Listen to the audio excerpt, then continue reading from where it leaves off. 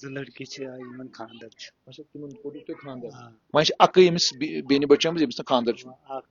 لۄکٕٹ بچی اکھ چھِ ییٚمِس خاندر چھُنہٕ تہٕ بیٚیہِ چھِ زٕ لڑکہٕ تِمو منٛز چھِ أکِس خاندر کٔرِتھ أکِس چھُ کرنہٕ لۄکٹِس أکِس چھُ کرنہٕ. مطلب گوٚو گرٕچ یُس یہِ سورُے تُہُنٛد سسٹم اوس یہِ اوس پکناوان یِہوے. یہِ اوس یِہوے پکناوان. تو یہ آپ نے ان کے پتا جی سے سن لیا کہ انہوں نے جو تفصیل میں مجھے بتایا کہ کیسے اس دن صبح جب وہ یہاں سے نکلا اس کے بعد ان کا کوئی رابطہ اس کے ساتھ نہیں ہوا. پھر آپ یہ بھی اندازہ لگائیے کہ یہ ماں ہیں, یہ پتا جی ہیں, اور یہ پریوار کے لوگ ہیں, اور غربت اتنی کہ یہ اپنے بیٹے کو 12ویں کے آگے نہیں پڑھا سکے.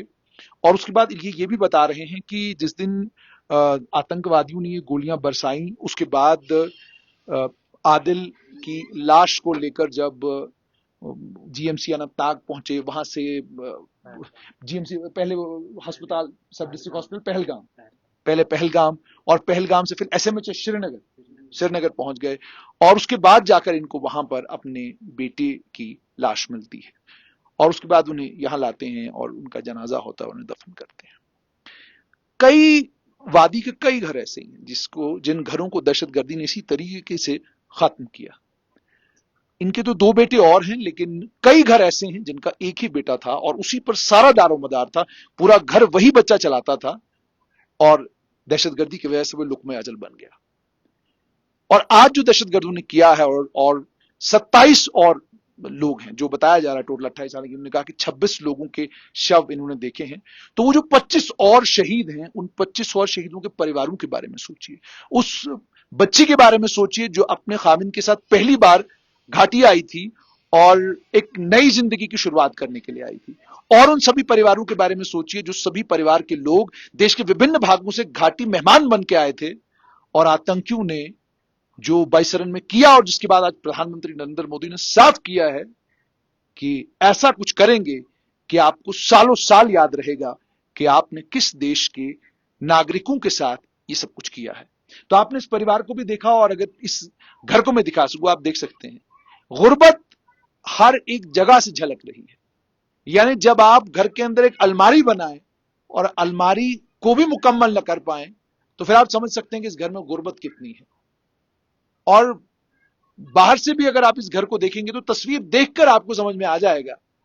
کہ اس غریب باپ نے بڑی محنت کر کے ان 3 بچوں کو پالا پوسا بڑا کیا. اس ماں نے نہ جانے کتنی تکلیف جھیلی ہوگی, اتنی تکلیف جھیل کر انہیں جوان کیا. اور اب جب اس باپ کی توقع اور امید یہ تھی کہ یہ بچے مل کر اب اس گھر کو بڑا کریں گے, اب اس گھر کو اور زیادہ خوبصورت بنائیں گے, ایک بہن ان کی ہے اس کی شادی کریں گے, اس کے بیچ میں دہشت گردوں نے آ کر عادل کے سینے پر 3 گولیاں چلائی ہیں. اور ان کے بھائی نے جیسے کہا کہ 4 گولیاں ہم کو لگتا ہے کہ اس کو لگی ہیں, کیونکہ چھینا جھپٹی ہوئی. اس نے کوشش کی کہ وہ جو پریٹک, وہ جو مہمان پورے دیش سے ہمارے یہاں آئے تھے, ان کو بچانے کی کوشش کی. اس میں اسے 3 گولیاں لگی ہیں. صاف طور پر درشاتا ہے کہ عادل تھا گھوڑے والا, لیکن اس میں جگر جو ہے وہ شیر والا تھا. اور شیر دل نے وہاں پر پوری کوشش کی کہ آتنکیوں سے لوہا لے, لیکن وہ دہشت گرد, وہ